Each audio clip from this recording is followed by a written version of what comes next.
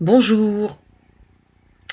Aujourd'hui, je vais vous parler, je vais vous donner un fait déjà. Nous avons notre nouveau gouvernement qui a été formé et j'ai vu que Christiane Taubira était de nouveau ministre de la Justice. Et j'en suis ravie. Elle serait blanche, noire, zébrée, à petits pois. Ce serait pareil. Je tiens à le préciser. Je dis ça parce que me reviennent en mémoire évidemment ce qu'elle avait subi au niveau des attaques verbales. Donc évidemment ça m'avait profondément choquée parce que moi je suis, non seulement je ne suis pas raciste, mais je suis anti-raciste. Mais je suis, comme je suis une grande communicante, je sais ne pas me mettre en colère devant le racisme en général. Ce qui signifie que je ne suis pas à l'abri quelquefois d'un accident. On va essayer de faire sobre.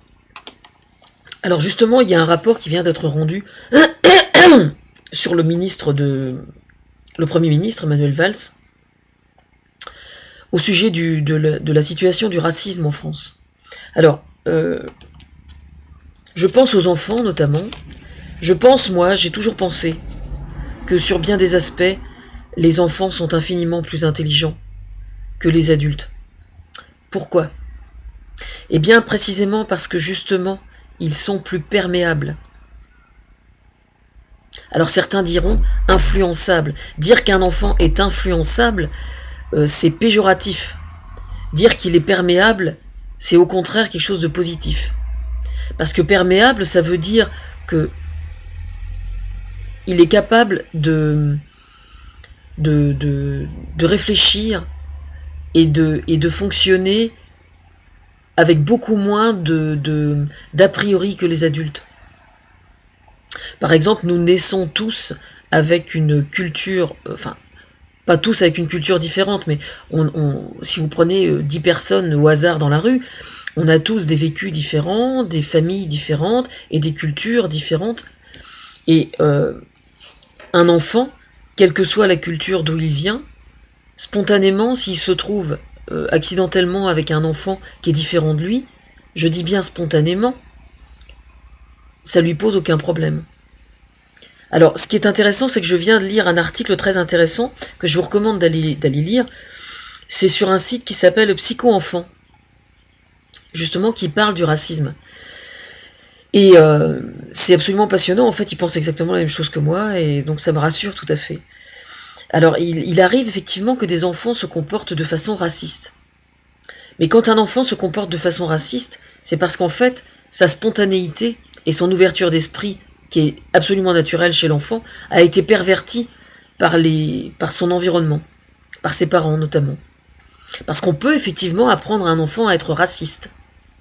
On peut lui apprendre aussi à enfreindre la loi. On peut lui apprendre aussi à dealer, on peut lui apprendre à ne pas respecter les voisins, on peut lui apprendre à cracher au visage de son voisin. Oui. On peut aussi lui apprendre des valeurs positives. Alors c'est aux parents de décider. Alors il faut savoir quand même que la promotion du racisme et de la xénophobie, c'est un délit en France. Le penser, c'est déjà pas clair, mais on est bien obligé de le tolérer, on peut pas interdire les gens de penser. Mais par contre, on est en droit de leur interdire de faire la promotion de ces idées-là. Voilà. En France, ça existe. Alors moi, en fait, alors évidemment, je fais le rapprochement avec le Front National et les chiffres qu'ils ont fait aux dernières élections municipales. Là. Et ce qui me navre, moi, en fait, c'est que les plus racistes, là, évidemment, psycho-enfants, c'est important, hein, bien sûr, d'en parler, du racisme au niveau des enfants, mais c'est pas du tout au niveau des enfants qu'il est inquiétant. C'est chez les gens âgés, justement, que c'est le plus inquiétant. Et vous me direz, ah, mais c'est embêtant de s'en prendre aux vieux, oui. Mais enfin, c'est quand même assez terrible, quoi, parce que, par définition, un vieux, je serai, moi, une vieille, hein. Je suis une future vieille. Hein. Je suis une future vieille. Hein. Je suis presque un peu vieille, déjà, d'ailleurs. Mais ça ne me pose pas de problème. Mais le jour où moi, si un jour, on ne sait jamais, si un jour je tombe dans un état de déchéance physique, on peut toujours avoir besoin des autres. On peut toujours avoir besoin des autres. Vous êtes dans la rue, dans Paris, vous demandez votre rue à quelqu'un, qu'il ait la peau noire, qu'il soit asiatique, qu'est-ce qu'on a à faire? Qu'est-ce qu'on en a à faire? En fait, ce que je trouve absolument consternant, c'est de devoir démontrer pour quelle raison le racisme est une attitude stupide. Stupide pourquoi? Parce que c'est s'interdire de s'enrichir de la différence de l'autre. Alors qu'il n'y a rien de plus passionnant que quelqu'un qui est différent, justement. Parce que quelqu'un qui est différent, il vous enrichit, il vous divertit, il vous fait voyager. Moi, quand j'étais pensionnaire au lycée Corneille à Barentin, j'avais une voisine, enfin une copine, on n'était pas extrêmement copines, mais on était copines. Elle était malgache d'ailleurs, et elle arrivera peut-être à entendre parler de moi de ces quatre, parce que ça fait plusieurs fois que j'en parle. Elle s'appelle Nevin Nanji. Elle était pensionnaire avec moi, et elle me racontait comment ça se passait à Madagascar. Donc j'ai appris plein de choses sur son pays, des choses pas très marrantes d'ailleurs, mais aussi des choses tout à fait agréables. Et moi, de voir qu'elle était différente de moi, eh bien, je trouvais ça tout à fait intéressant. J'avais un autre copain qui était noir africain, qui s'appelait Abdou Tanko. Je sais pas ce qu'il est devenu. J'en avais un autre aussi qui était asiatique. Alors lui, il sévit, il est acupuncteur du côté du Vaudreuil.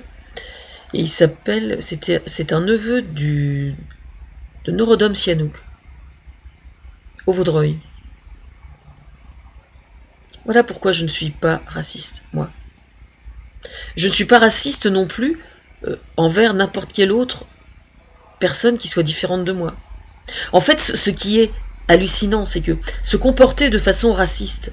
Alors, la définition du racisme, c'est de partir du principe que certaines catégories humaines, donc ça peut être une catégorie raciale ou ethnique ou culturelle, est par définition supérieure à une autre.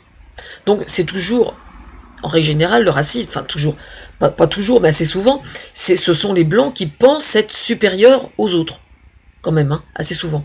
Pas uniquement, parce que ça arrive aussi que ce soit dans l'autre sens, c'est vrai. Mais quand même, très souvent, c'est dans ce sens-là que ça se passe. Pourquoi c'est idiot? Eh bien, c'est tout simplement parfaitement stupide, parce que cette différence, l'autre qui est si différent de vous, il ne l'a pas choisi. L'endroit où il est né. Il n'a pas choisi sa couleur de peau, il n'a pas choisi la culture où il est né. C'est pour ça que c'est complètement ridicule. Ça ressemble à rien. Ça ressemble à rien. C'est Maxime Le Forestier qui a fait une chanson extraordinaire sur le sujet, être né quelque part. On choisit pas toujours l'endroit où on apprend à marcher, etc. C'est une chanson absolument merveilleuse et qui est d'une intelligence absolue. Un gamin qui naît aujourd'hui en Afrique dans un pays en guerre, il a fait quoi pour mériter ça? Il n'a rien fait. Il n'a rien fait. Alors on fait quoi? Alors évidemment, ça traite là d'un autre sujet, je prends un cas extrême, bien évidemment, mais je veux dire, un gamin qui naît de telle couleur, une petite fille qui naît en Inde et qui va être stigmatisée parce que la pauvre, elle n'a pas de testicules et un pénis, vous croyez qu'elle a choisi? Non, elle n'a pas choisi. C'est pareil. Dans n'importe quelle partie du monde, quand un bébé naît sous une culture, sous une identité, il ne l'a pas choisi. Et si jamais un jour il se retrouve confronté à une autre culture que la sienne, il faut bien qu'il s'adapte. Et nous sommes pareils. Hein. Et si jamais on se fout des barrières entre les cultures, on rate une occasion absolument extraordinaire de s'enrichir de la différence de l'autre. La différence est une richesse. La différence est une richesse. Et je trouve vraiment consternant de voir qu'en vieillissant, les gens puissent devenir aussi stupides. Parce que c'est ça le problème. Hein. C'est que, alors c'est grave ce que je vais dire là, hein, parce que, mais quand même c'est un gros coup de gueule. Dans le temps, on disait faut respecter les vieux. Hein. Moi aussi, je les respecte les vieux, hein. Mais à condition qu'ils me respectent aussi, quoi. Parce que faut quand même pas exagérer. Il paraît que le fait d'être vieux, ça amène à la sagesse. Et ben, visiblement, c'est pas toujours le cas. Hein. Vraiment. Hein. Je veux dire, il y a quand même un problème. Parce que quand un enfant est raciste, c'est parce qu'on lui a appris. Hein. Je regrette. Hein. C'est parce qu'on lui a appris. Hein. Un jour, je discutais avec un éducateur, il y a longtemps, ça y a une trentaine d'années, et il m'expliquait que dans l'école où était sa fille, il avait remarqué qu'il y avait des parents, pardon, un lapsus révélateur, il y avait des parents qui demandaient à leur petite fille, qui était bien habillée, de jouer avec certains enfants et pas avec d'autres. C'est-à-dire qu'ils essayaient d'influencer l'orientation de leur enfant pour choisir les copains de jeu, quoi. Vous voyez ce que je veux dire? C'est intéressant, hein? Bonjour l'école privée. Bonjour l'école privée. Moi, la raison pour laquelle je suis autant attachée à l'école laïque, c'est directement lié à la notion de racisme.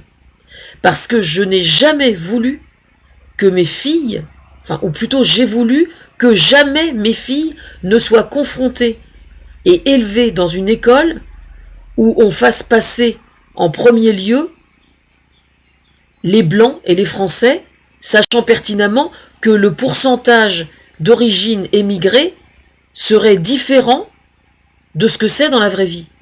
Voilà. Dans la vraie vie, en tant qu'adulte, un adulte est confronté à l'immigration, est confronté aux autres cultures, aux autres couleurs de peau, etc., etc.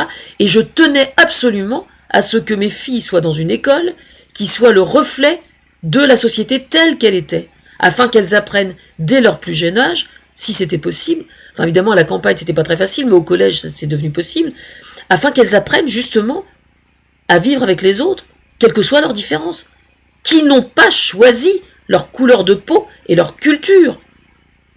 Alors en plus c'est très étrange parce que moi dans ma vie d'adulte, je n'ai jamais su tomber amoureux de quelqu'un qui était un Français de souche. Pas fait exprès, hein. J'ai rien dit. Hein.